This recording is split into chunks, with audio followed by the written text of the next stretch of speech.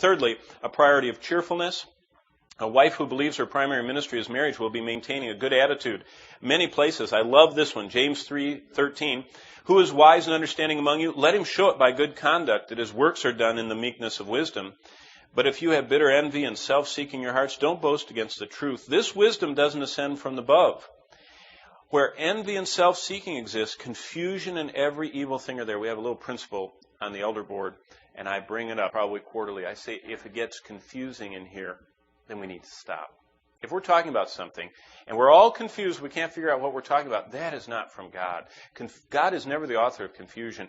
And it says in James 3 that where there is confusion, that it is earthly wisdom has come in.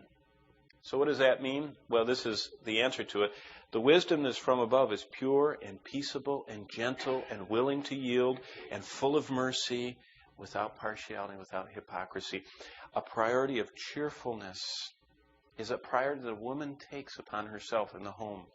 What she decides to do is that her primary ministry is to encourage that man by her good attitude. You know who can instantly change my motivation?